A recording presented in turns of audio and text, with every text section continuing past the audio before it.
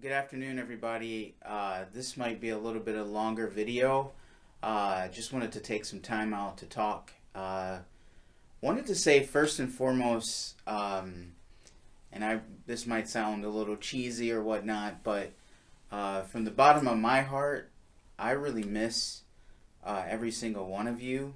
Uh, I never would have thought my first year of priesthood that there would be Sundays that I wouldn't be able to offer public masses, and I understand why we're having to do this. But this last week has been a very difficult week for me with not having my regular appointments, the daily masses, and then the Sunday masses, and La Comunidad Española. I really miss every single body. I miss seeing you guys. I miss talking with you. And some of you I've been able to contact via phone, and I'll continue to do that. But for me, it's been a very difficult time. I used to be a monk. I should be used to living a bit of solitude and silence, and some of that is good for the soul, of course. But for me, being such a social person, it's been a very hard time for me, and I'm sure it's been like that for you guys. But I just want to let you know, all of us priests miss you so much, and I know Father Joe Horn, particularly as pastor, has been very adamant about continue to go about ministry as much as we can. But I just wanted to say I really miss you guys. Everybody, the appointments, I just miss you guys. I can't help it. Everybody, seeing the little kids to seeing our elderly here at our church, and just being so faithful to what Christ has called you to do. These are very trying times for the world, the church. I mean, so many questions are getting thrown around. For me, I'm just gonna, and I've preached on this before, so if you were at that mass, you know what I'm talking about. For me, who I deal with anxiety, it's like worst case scenario for someone who deals with an anxiety. Pull the rug right under him and his entire world and the church along with it, and see what happens. So you could just imagine, and I'm sure some of you who are watching this video understand where I'm coming from. If you deal with anxiety or any of those types of issues, you know exactly what I'm talking about. And if you have a family or friend that's dealing with that, now is the time to really reach out to that person and let that person talk. But just be understanding. These are trying times, particularly for those who deal with anxiety.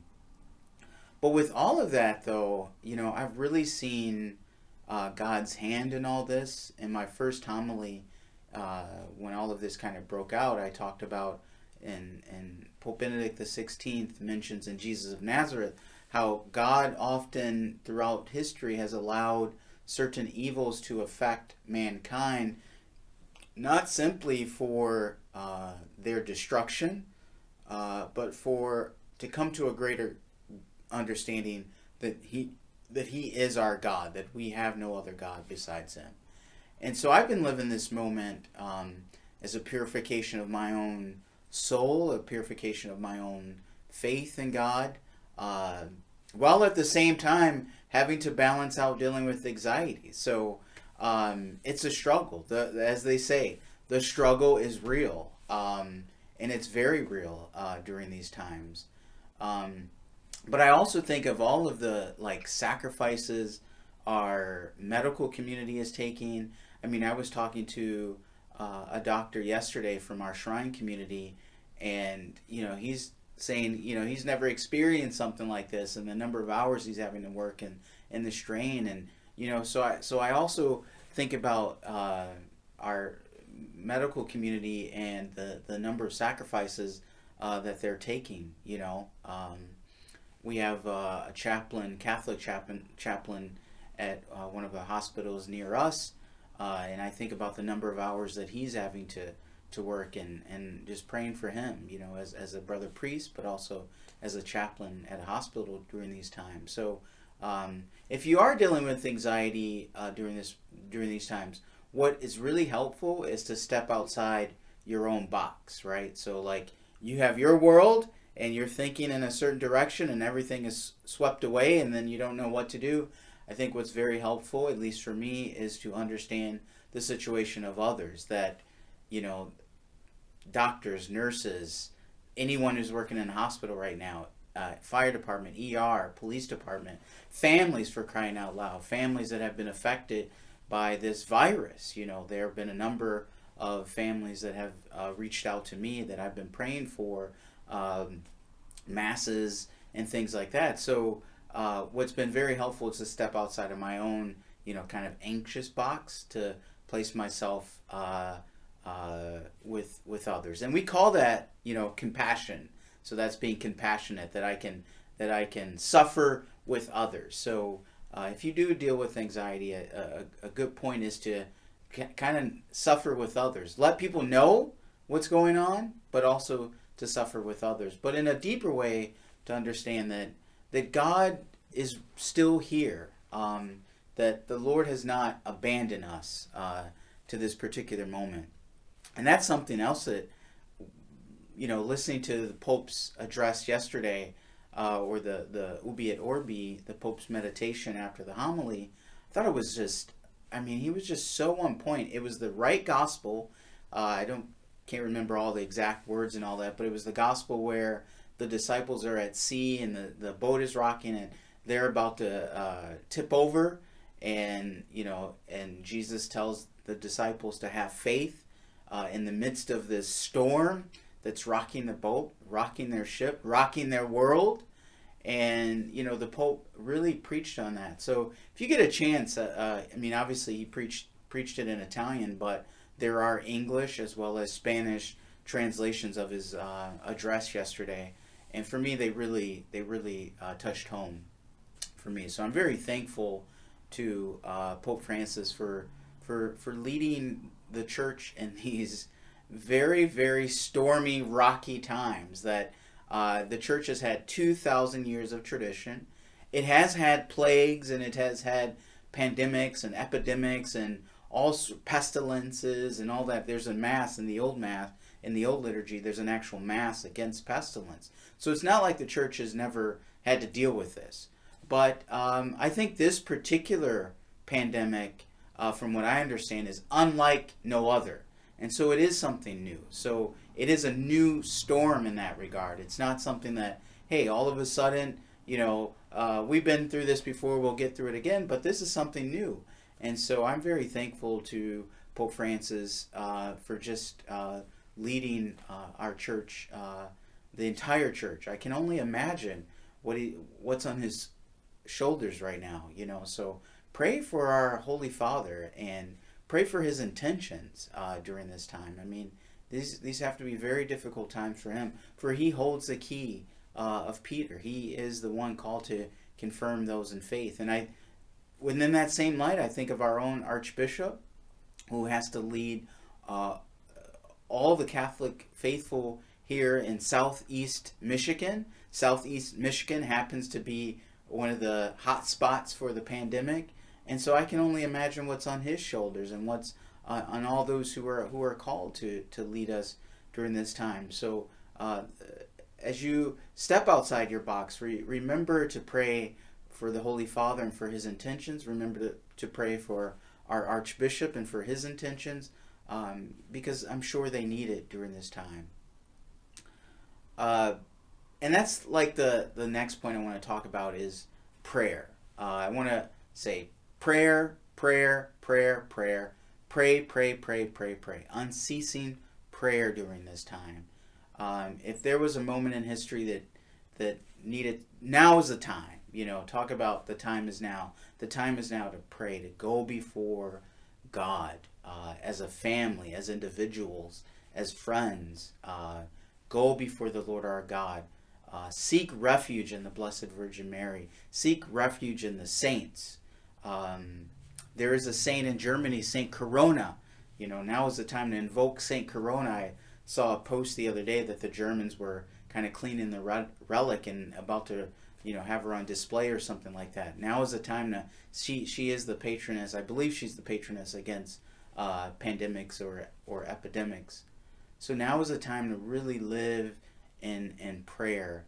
And we know there are various types of prayer.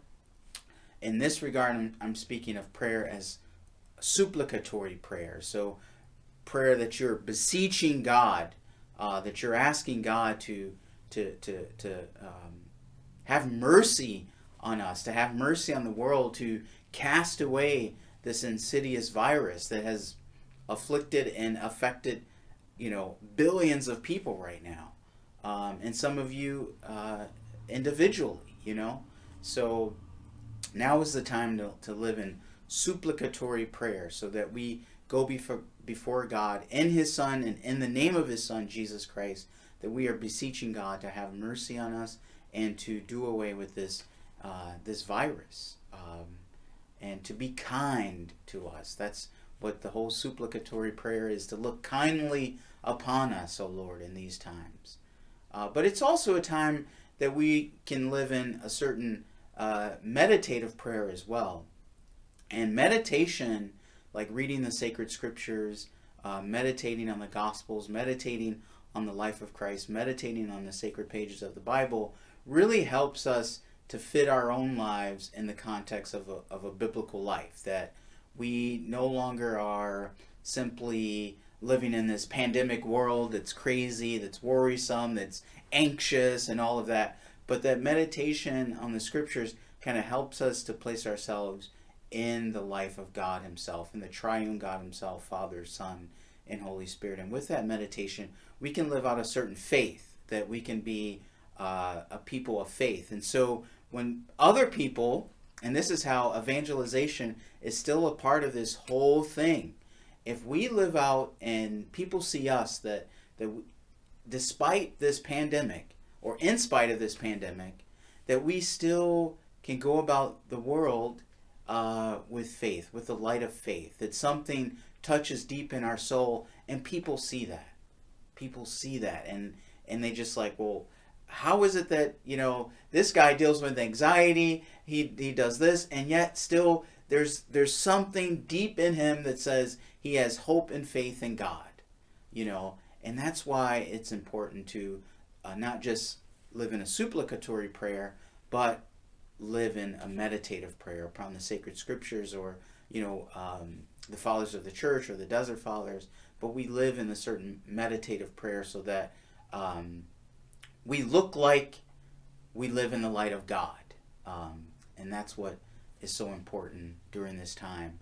And prayers for the sick, obviously. I mean, for so many of our brothers and sisters right now who will die alone in a hospital room. I can only imagine what that's like. The whole sense of the Christian happy death is that you die with your brothers and sisters around you, or with your family around you, with the priest there to anoint you, with receiving the viaticum, that is the Holy Eucharist, and then your soul goes up to heaven. That's like Saint Benedict, the lives of the saints all talk about this happy death. And I think of our brothers and sisters today, in these coming weeks, or have already happened, that because of this virus and because it's so infectious, that they have to die alone.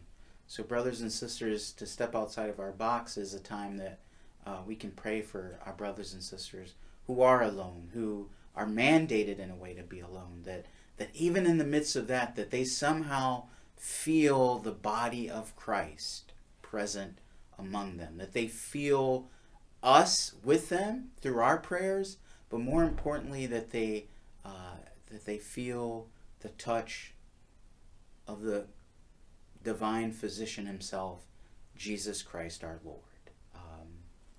That's a prayer that I want to have today for our brothers and sisters who will die alone. But I pray that they will come to understand the communion of the saints, but more importantly that they will see Jesus, and he will bring them up to heaven during their time, their last breath. With that, there's been so much going on. I still want to continue to do kind of shorter videos. Like I said, this past week with us, closing the church and things going on, there was just so much that I haven't had a chance to sit down and think, okay, what is some content that I can produce? So if you have any suggestions, you have my email address. It's on the website. If some of you have my cell phone, you can just text me. You can call me. Whatever you want to do, let me know what is something that I can talk about, some topics that might be helpful during this time, or on a theological realm or scriptural realm or whatever, that we can engage as a community together. But I do want to mention, something that this is the great thing about Holy Mother Church, the great wisdom of Holy Mother Church. And recently, as you know, the Holy Father, or the Apostolic Penitentiary, so that's the office of the Vatican that deals with the confessions and some of the other sacraments like anointing of the sick, or maybe more of the confessionals. Anyway, the congregation published this new plenary indulgence that the Holy Father, Pope Francis, signed off on, and it's particularly those affected by the pandemic of COVID-19. And so now, whether you are a doctor, a nurse in a hospital right now, whether you are a COVID patient, isolated, whether you are at home isolated due to the COVID virus, you can receive a plenary indulgence. And that's something that, man, that's something great. Whoever had that inspiration, which I'm sure was the Holy Father, or whatever cardinal had that inspiration to say, hey, we should do this. I mean, I think that's showing so much faith of the church, that in spite of all of this, if all else fails, if you're isolated in your room right now, if you're a doctor and you're working, or nurse and you're working, unconceivable hours dealing with this pandemic, that you can still receive God's mercy right now. That's what this whole indulgence is about. That you can, if you meet the requirements, I mean, you can go. The Archdiocese of Detroit published a link. Maybe we can provide that link for you somewhere in the description. I don't know how this goes, but we could provide that link for you. What are the requirements for the plenary indulgence? But man, that's something just amazing, that anyone right now affected by the coronavirus, and especially those who are directly affected by it, they can receive a plenary indulgence. So for those persons dying alone today, if they're aware of this plenary indulgence, I mean, we can have almost certainty that, we will have certainty that the mercy of God will come upon them, because, hey, the Pope has said it, has made this happen. So I think we need to start doing this more. These plenary indulgence, you can do one for yourself. You can do one for others. Like yesterday, the Pope's address, I ended up asking for one for myself, but the next one I will, for someone else. So, but we'll put the link in the description there of what are the requirements for the plenary indulgence. I don't have much else to say. I mean, I can talk forever, as you know. But please know that I'm praying for each and every one of you, that I have been able to speak to some of you, and just to hear your voices has been lively for me. I mean, unimaginable. So, I'll try to reach out to you. Don't hesitate to reach out to me. I hope your families, everyone is doing well. I hope that this is a real time to kind of gather again as a family, to understand some of the essentials in life, that life is not all this big to do, that sometimes it's a very simple life, and it's life and family. and sometimes those come with hardships as well. But that this is a time where we can go to some of the essentials. So pray for me. Pray for all the priests here at Shrine. We're doing our best to continue to minister to you. Just outside of my window, we have the Blessed Sacrament exposed. I'm going to get out of my seat. I don't think you can see it because my window is closed. But right over here, well, that's not, the parking lot is right behind here. And we have cards there just sitting there and adoring Jesus just right out here. And then at 7 p.m., what's been so beautiful is that, well, Sundays I think we're going to close at 2 p.m. But at 7 p.m. every day, we do the benediction. And it is just amazing to see the people on the streets kneeling, praying with us. It's like medieval Italy or something like that. Like just people on the streets praying. The other day, just right outside my window, I saw two kids drawing a cross on the sidewalk and looking up at the window right here, knowing that was Jesus. And they made this cross with their like color things or whatever they color with on the sidewalk. I mean, that was just so profound for me. I've seen dads coming with their sons genuflecting on the corner and kneeling on the corner, explaining to their kids that Jesus is right here. I saw the other day a woman with her, I think it was her kids, they were all on bikes, and they just drove up, got off their bikes, knelt down, said a prayer, and then got back on their bikes and enjoyed their day. I saw a young lady the other day searching, where is Jesus? They moved Jesus. I don't know what they did with him. It was like Mary Magdalene. And I said, it's just right up there. You see the white strip, and she went to the parking lot and prayed a little bit. I mean, just to see your faith during this time has been very edifying for me.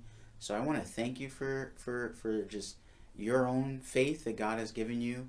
But I also want to encourage each and every one of you to let this time be a time to deepen and grow in your Catholic faith for not only your sake, but for the sake and salvation of the entire world. God bless you. Pray for me, and I'll be praying for you.